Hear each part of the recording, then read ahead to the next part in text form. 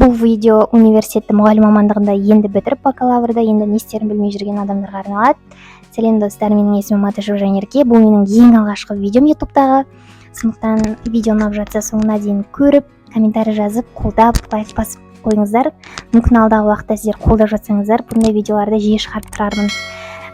Мен биыл мұғалім мамандығын бакалаврда дәрежесінде қызыл дипломда бітірдім. Ең әуелі барлығында толғандыратын сұрақ, универді бітіргеннен кейін бірден магистратураға түскен дұрыс па?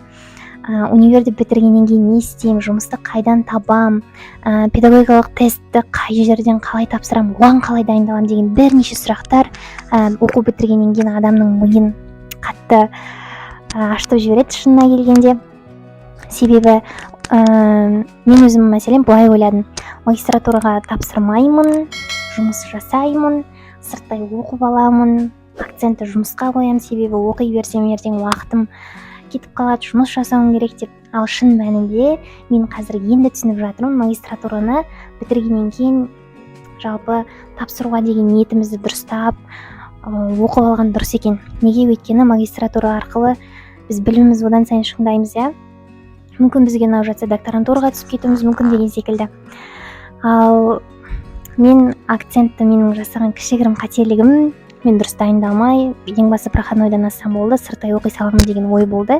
Және дәл солай мен магистратураға селқос қарғанымның салдарынан магистратураның балын өте аз жинадым. Әрине проходнойдан астым бірақ. Содан кейін келесі уайымым НКТ тестті қалай тапсырамын, яғни педагогикалық шеберлігімізді анықтайтын тесттен қалай өтемін деген менде қиын сұрақ болды. Бірақ оған да уайымдамаңыздар. Бізде мұғалімдердің арнайы чаты бар, яғни бізде модератор, сарапшы, зерттеуші деген бірнеше өтетін жолдарымыз бар ғой. Сол стажға байланысты өтетін мұғалімдердің арнайы чаты болады. Сол чатты бізде бәрібір ол тарайды, соның ішінен бізге міндетті түрде сұрақтар келеді. Әрине кейбіреулер ауысып кетті, бірақ қателеспесем мен 50 сұрақтың 38-ін жинадым. Бізде басты 25-тен ассаң болды. Сондықтан бұны да уайымдап керек емес. Мен сол үшін 3 күн ештеңеге шықпай, соған дайындалып, өзімнің өмірімді қатты қиындатып жүрмін. Ал шын мәнінде ол өте оңай өтіп кетті. Болашақта осылай тапсыратын студенттер болса, мұғалімдер болса, еш қобалжымаңыздар дер едім. Келесі уайым, жұмыс таппасам не болады? Жалпы жұмысты қайдан табамын, қайда барам деген сияқты сұрақтар, бәріміз білеміз, жұмысты бізде екі таңдау бар, не қалаға, не ауылға. Әрине қалаға жұмысқа тұруға, конкурсқа бір орынға бірнеше мұғалімдер таласады, ал ауылда сізге мүмкіндік жоғары, бірақ екінің бірі ауылға барғысы келмейді. Бірақ мен дипломмен ауылға жобасы бойынша барайын деп жаттым, бірақ кейбір себептермен қаладан жұмыс шығып, солай осында қалып қойдым.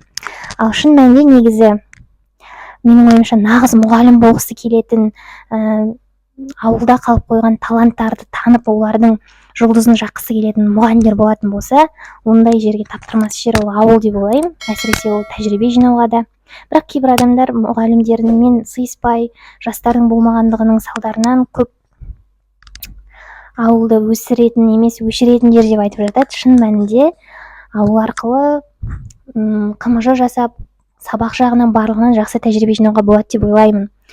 Ал қалада бізде әрине жалақы жағынан да аз болғанымен, ол жерлерден де енді нақты жұмысты жасап көрмегеннен айта алмаймын.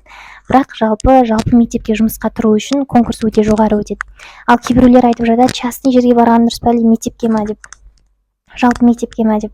Шын мәнінде көбісі жалпы мектептің қағазынан қашып, жекеменшік мектептерге келіп жатады, бірақ айтып қарайтын болсақ, екеуінің де плюс-минустары өте көп. Мысалы, жалпы мектепте сіз белгілі бір сабағыңызды беріп кетсеңіз болды, ал жекеменшік мектептерде сіз кәдімгі жұмыс сабағыңыз болмаса да сіз сол жерде болу керексіз, және жалақы жағынан да бір тұрақты жалақы болады. Ал сіз мемлекеттік мектепте болсаңыз, мысалы модератор, одан ары қарай асқан сайын сіздің жалақыңыз көбейіп отырады. Және демалысқа шыққан кезде сізге демалысың ақшасы беріледі деген сияқты. Ал жекеменшік мектептерде ондай болмайды. Ал мен өзім қандай мектепке келдім деген сұраққа келетін болсақ, мен өзім жекеменшік мектепке келдім.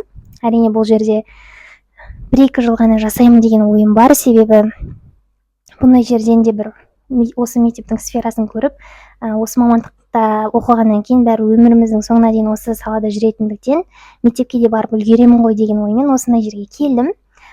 Сондықтан еш өкінбеймін. Және әрине барлық оқу бітіргеннен кейін көбінде уайым, стресс, депрессия деген сияқты дүниелер болады, иә. Ондай менде де болды. Енді қазір өзім содан шығып жатырмын. Ең бастысы уайымдамаңыздар дер едім. Мен мәселен қарапайым педагогикалық шеберлікті тестін тапсыратын кезде қатты уайымға салынып кеткеніммен шын мәнінде ол маған керек болмай қалды. Неге? Өйткені мен жекеменшік мектепке кірген кезде оны мүлдем талап еткен жоқ. Магистратураға да шама келсе бітіргеннен кейін оқып алған дұрыс негізі. Грантқа түсуге ұмтылу керек деп ойлаймын. Себебі магистратураның білімі адамға артық етпейді деп есептеймін. Магистратура ол қашанда керек, себебі бәрі бакалаврды оқиды. Енді бара-бара барлық жер магистратураны талап ететіндіктен оны да оқып алған өте дұрыс болады. Әзірге айтарым осы. Видеоны осы жерге дейін соңына дейін көрген әрбір жанға алғысымды айтамын. Қандай тақырыпқа видеолар түсірейін, комментарийға жазып кетіңіздер. Арнама тіркеліп, қолдап, лайк басып қойыңыздар. Ал видео ұнамаса, кейбір жерлеріне көп сөйлеп қойсам, оны да айтыңыздар. Бұл менің алғашқы видеом, сондықтан барлығын оқып тыңдауға дайынмын. Алдағы уақытта түрлі видеоларды түсіріп бастайтын боламын. Оқушыларға арналған, студенттерге арналған, мұғалімдерге арналған платформалармен де бөлісетін боламын. Сондықтан арнамнан алыстамай, мені қолдап тіркеліп қойыңыздар.